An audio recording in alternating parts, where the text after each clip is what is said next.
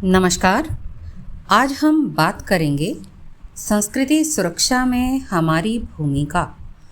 अपनी भारतीय संस्कृति के बारे में अगर बोलना है तो हमें गहरा चिंतन करना होगा, लेकिन भारतीय संस्कृति पर पाश्चात्य प्रभाव बहुत अधिक होने लगा है।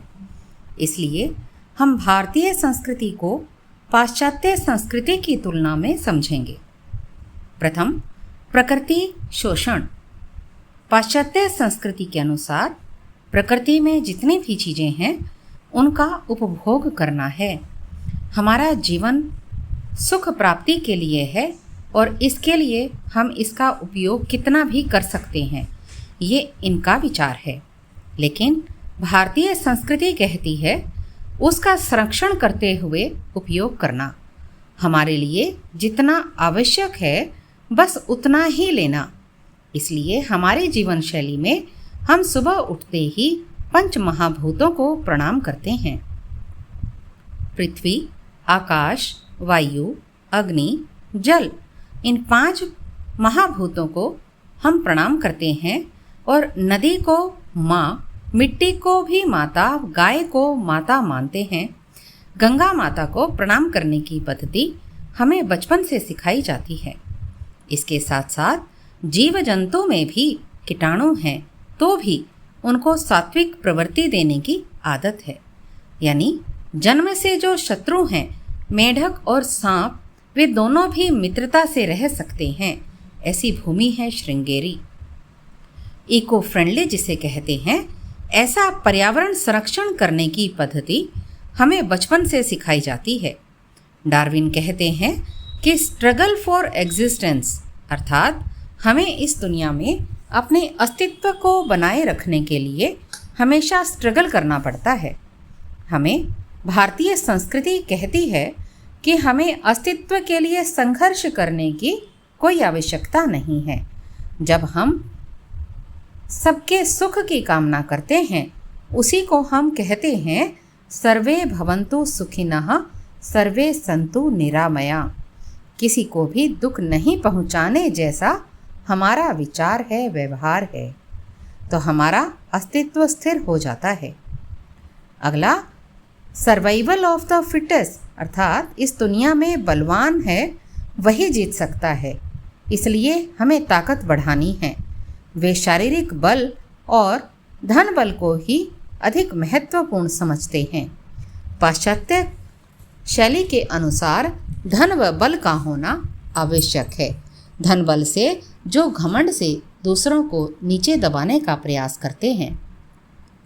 लेकिन भारतीय संस्कृति की विशेषता है कि बुद्धि बल से यानी मनोबल से दूसरे को प्रभावित करना, सामने वाले को अपनाकर सहजीवन करना। Let the Nobel thoughts come from the all sides. इसके लिए कहीं से भी अच्छाई है तो उसे लेना है।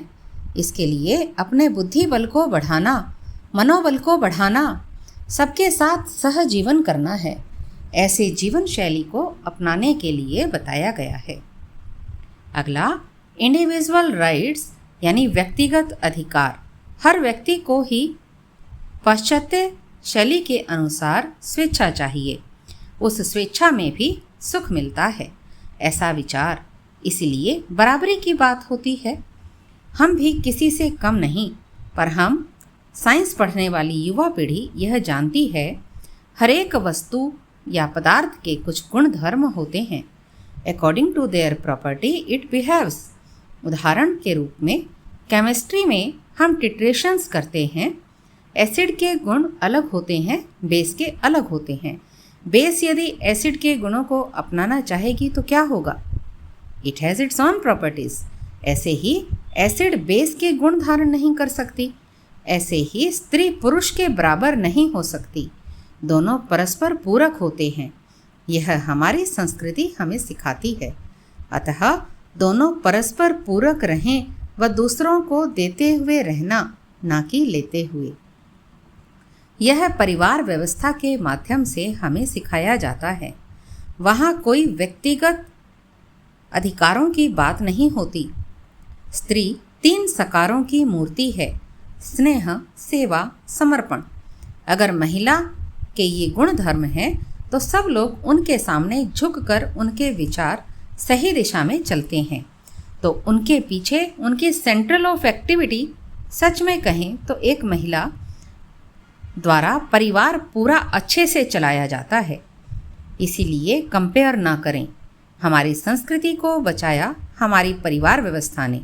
आज हमारा दुर्भाग्य है कि जो पिक्चर हम देखते हैं या कोई सीरियल देखते हैं उसमें परिवार व्यवस्था के नेगेटिव पॉइंट्स हमें दिखाए जाते हैं, लेकिन असली व्यवस्था जो मूल व्यवस्था थी आज उसमें हजारों साल के आक्रमणों के कारण त्रुटियां भी आई होंगी, लेकिन उसका आधार है त्याग।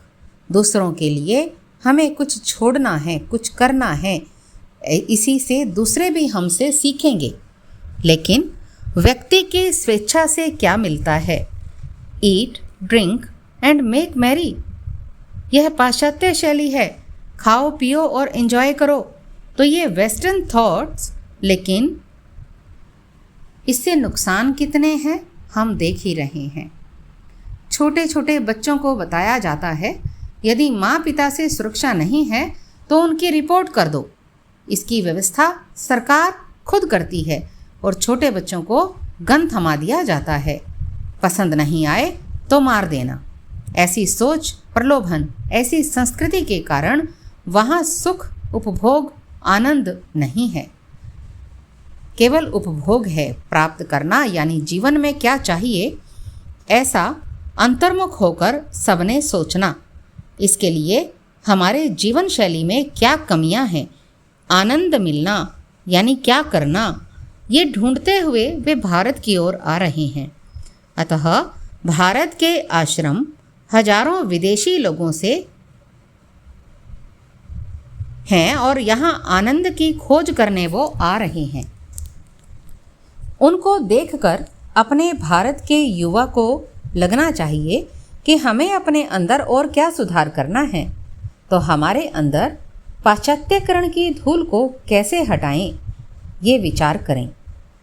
अभी सोचेंगे हमारी क्या भूमिका हो। अच्छा हुआ कि लॉकडाउन के समय में हमें अंतर्मुखी होने के कारण पता लगे। बहुत कुछ जानने का भगवान के कारण हमें मौका मिला। एक तो पर्यावरण सुरक्षित भारत होने का प्रयास हुआ। आवश्यक चीज़ें कम चीज़ों में जीवन गुजारना, ऐसा भी हमारा अभ्यास हो रहा है। पहले संपत्ति वाले छोटे कपड़े पहनते थे, अमेज़न, फ्लिपकार्ट से ही मंगाते थे। ऑफिस के बाहर वैन से ऑर्डर चीज़ें लेना, इतनी चीज़ें हमें खरीद कर क्या करना है। यदि हम सोचेंगे तो व्यक्ति जीने के लिए जितना आवश्यक है उतना ही खरीदे या दान किया के भाव को किसी को दे देना। इससे अच्छा है कि जितनी आवश्यकता है उतना ही उपयोग और खरीदने की आदत विकसित हो। क्या? क्योंकि केवल कपड़े ही नहीं, हमारे शास्त्रों में लिखा है तालाब, कुआं या एक लोटा से ही पहले दांत साफ कर लेते थे। आज वॉश बेसिन के सामने हम कितना ही पानी बर्बाद करते हैं, कितनी ही बाल्टियां हम पानी की बहा देते हैं। गरीब सेवा बस्ती या राजस्थान में एक घड़ा पानी भी कितने किलोमीटर से हमें लाना पड़ता है।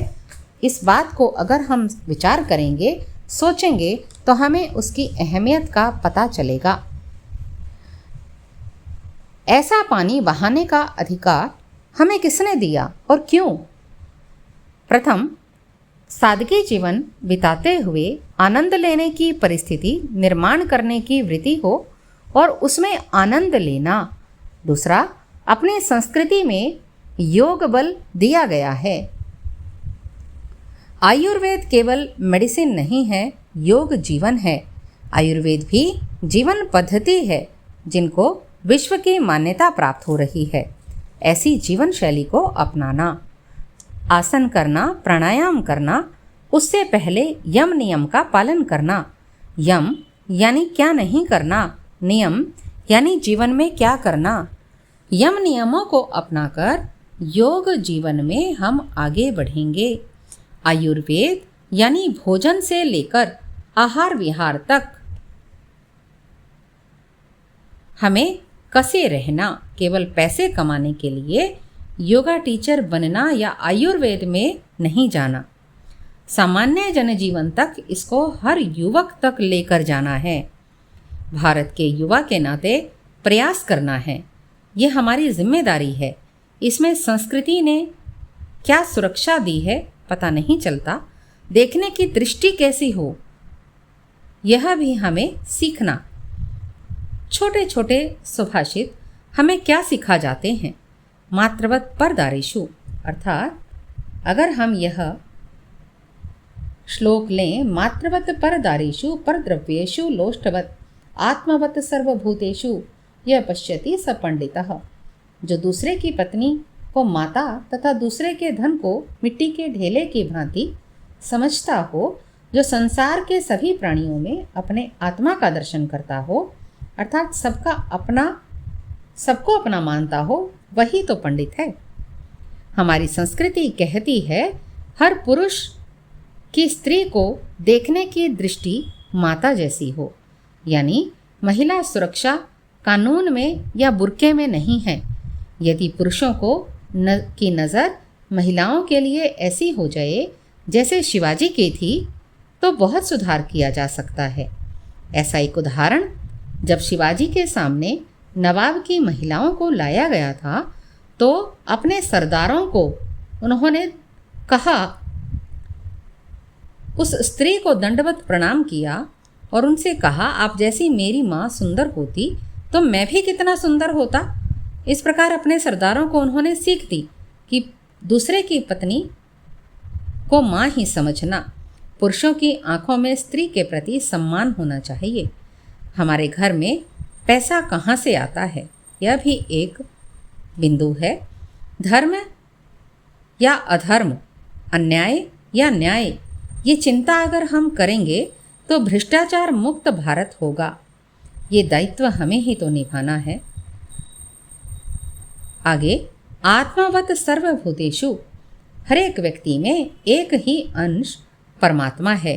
किसी ने हमें कमेंट किया, किसी ने हमारा मन दुखाया तो अंदर से हम कुढ़ते हैं, गलत बोलना या मानसिक हिंसा करते हैं, लेकिन हम उन्हें अंदर से प्रणाम करेंगे तो हमारे मन को शांति मिलेगी। यह थोड़ी ऊपर की सीढ़ी है पर कारगर है। हमें उनकी आत्मा को भी प्रणाम करना है। ऐसे ही व्यक्तिगत अधिकार, व्यक्ति स्वेच्छा से जीने का विचार छोड़कर परिवार व्यवस्था को मानने और एडजस्ट करते हुए चलने की राह अपनाए। हर व्यक्ति कुछ ना कुछ देते ही हैं। कष्ट दिया तो भी उसके प्रति कृतज्ञता का भाव व्यक्त करना। युवा को माता पिता के प्रति कृतज्ञता का भाव सिखाना। युवाओं को सिखाना कि आज वो जो भी हैं उनके ही कारण हैं। ऐसे ही समाज के प्रति कृतज्ञता, मैं जैसी हूँ तो समाज के कारण हूँ। प्रकृति के प्रति कृतज्ञता हो तो मैं मानती हूँ कि ऐसे ही कृतज्ञता का भाव हम लेंगे तो हम अपनी संस्कृति की रक्षा कर पाएंगे और इसे आगे बढ़ा पाएंगे। संस्कृति को बचाना यानी समाज को बचाना, यानी जीवन मूल्यों को बचाना, यानी विश्व में मानवता को बचाना। धर्म बताता है तो हमारी संस्कृति को बचाना हम कुछ अनुभव कर रहे हैं। यदि उसके ऊपर धूल को अगर हम हटा दें तो पूरी तरह अनुभव कर पाएंगे। आज हम विश्व को बहुत कुछ दे सकते हैं। अतः आज विश्व मानवता की रक्षा के लिए भारत की ओर देख रहा है। इसमें हम भारत के लोग बहुत बड़ी भूमिका निभा सकते हैं। भूमिका निभाने के लिए हम भी अपना कर्म निभाएंगे। इतना कहकर मैं अपने विषय को समाप्त करती हूँ।